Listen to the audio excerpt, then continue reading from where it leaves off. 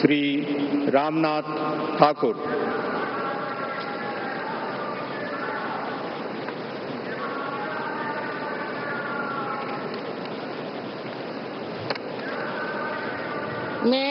मैं रामनाथ ठाकुर ईश्वर की शपथ लेता हूं कि मैं विधि द्वारा स्थापित भारत के संविधान के प्रति सच्ची श्रद्धा और निष्ठा रखूंगा।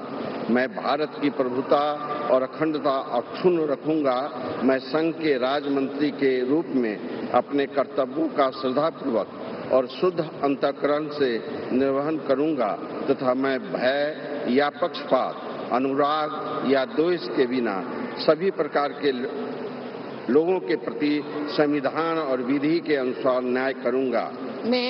मैं रामनाथ ठाकुर ईश्वर की शपथ लेता हूं कि जो विषय संघ के राज्य मंत्री के रूप में मेरे विचार के लिए लाया जाएगा अथवा मुझे ज्ञात होगा, उसे किसी भी व्यक्ति या व्यक्तियों को तब के सिवाय जबकि ऐसे राज्य मंत्री के रूप में अपने कर्तव्यों के सम्यक निर्वहन के लिए ऐसा करना अपेक्षित हो, मैं प्रत्यक्ष अथवा अप्रत्यक्ष रूप से संसूचित या प्रकट नहीं करूंगा।